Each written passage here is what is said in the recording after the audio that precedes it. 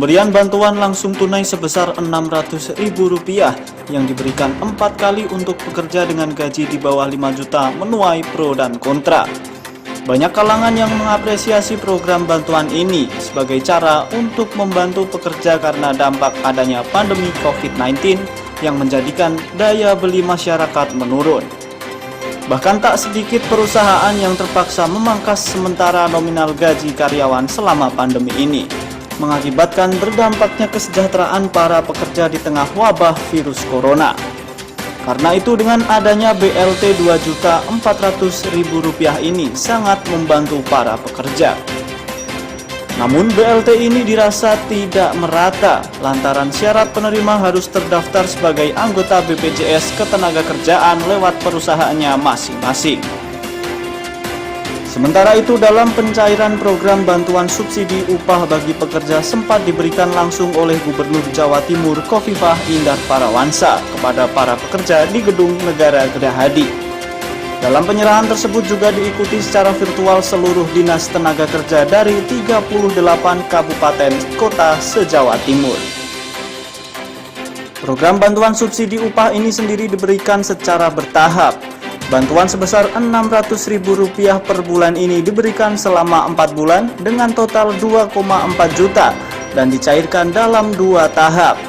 Pencairan masing-masing sebesar Rp1,2 juta. Total jumlah target calon penerima bantuan ini sebanyak 15,7 juta peserta seluruh Indonesia yang disalurkan melalui Himpunan Bank Milik Negara atau Himbara. Staf-stafnya sesuai dengan kualifikasi dengan gaji di bawah 5 juta, tentu harapannya yang mendapatkan bantuan subsidi gaji atau bantuan subsidi upah ini akan bisa memberikan penguatan gizi bagi masing-masing keluarganya, bisa menambah imunitas daya tahan tubuh bagi masing-masing anggota keluarganya, karena memang bantuan subsidi gaji atau subsidi upah ini diberikan oleh pemerintah di saat pandemi COVID. Harapannya adalah kita bisa menyiapkan format hidup yang sehat dan bersih, kemudian tentu kita bisa melindungi diri dan lingkungan kita, dan kita sehat, kita tidak terpapar COVID, dan kita bisa menjadi bagian yang ikut memberikan penguatan ketahanan kesehatan masyarakat di lingkungan kita. Maka selain bantuan subsidi gaji atau bantuan subsidi upah, yang harus menjadi satu kesatuan adalah Bapak Ibu semua yang saya hormati, teman-teman serikat buruh, serikat pekerja, dan tim manajemen perusahaan yang hadir. Saya minta tolong pastikan bahwa di tempat bekerja kita menggunakan masker yang aman. Bukan sekedar memakai masker, tapi menggunakan masker yang aman. Sementara itu, Deputi Direktur Wilayah BPJS Ketenagakerjaan Jawa Timur, Dodo Suharto, mengatakan penyerahan bantuan subsidi upah gelombang berikutnya segera dilakukan secara bertahap, hingga seluruh rekening pekerja yang telah tervalidasi bisa menerima haknya. Untuk itu, dia terus mengimbau kepada perusahaan agar segera menyerahkan data terkini pada pekerja yang mencakup nomor rekening atas nama pekerja. Harapannya bantuan ini mampu menjaga dan meningkatkan daya beli para pekerja serta mendongkrak konsumsi, sehingga menimbulkan multiplier effect pada pertumbuhan ekonomi terutama di masa pandemi.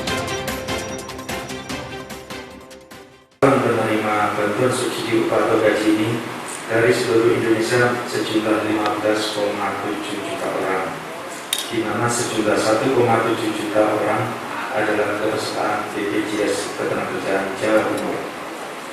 Data terakhir menunjukkan jumlah rekening penerima yang berhasil dikumpulkan BPJS Ketenagakerjaan sejumlah 14,4 juta orang atau 92% dari target. Sedangkan data rekening yang sudah disampaikan BPJS Ketenagakerjaan Jawa Timur 1,6 juta orang atau 94% dari target. Kami terus berupaya agar seluruh target penerima bantuan subsidi upah atau gaji dapat dipenuhi oleh BPJS Ketenagakerjaan Jawa Timur pada bulan September 2020 ini. Sementara itu, Jamhadi, pengamat ekonomi dari Surabaya, mengatakan Program bantuan ketenagakerjaan ini sangat bernilai positif lantaran dapat meningkatkan perekonomian warga. Namun program ini rawan terjadi kesenjangan sosial antar pekerja. Sebab syarat penerima bantuan ini harus terdaftar sebagai anggota BPJS Ketenagakerjaan aktif lewat perusahaannya masing-masing. Padahal masih banyak pekerja di bawah upah 5 juta rupiah yang berhak mendapatkan, namun belum diikut sertakan perusahaannya dalam BPJS Ketenagakerjaan karena adanya kendala, maupun sudah diikutkan dalam program asuransi lainnya selain dari BPJS Ketenagakerjaan. Karena itu Jam Hadi berharap kepada pemerintah supaya yang mendapatkan BLT pekerja tidak hanya yang terdaftar dalam BPJS Ketenagakerjaan saja, melainkan semua pekerja yang memenuhi syarat mendapatkannya sehingga kesejahteraan para pekerja di saat pandemi ini tetap terjaga. Yang jadi masalah adalah yang diterima itu kan bukan semua melalui BPJS ya, ada juga yang melalui asuransi, ada yang melalui produk perbankan, seperti itu. Nah, maka tadi timbul satu usulan untuk ketentuan penerima BLT itu, selain mereka bergaji di bawah 5 juta dan pemegang kartu BPJS sekurang-kurangnya 2 tahun, mereka yang tidak ikut BPJS tetapi ikut di dalam jaminan-jaminan sosial termasuk asuransi dan sistem perbankan itu bisa diakomodir.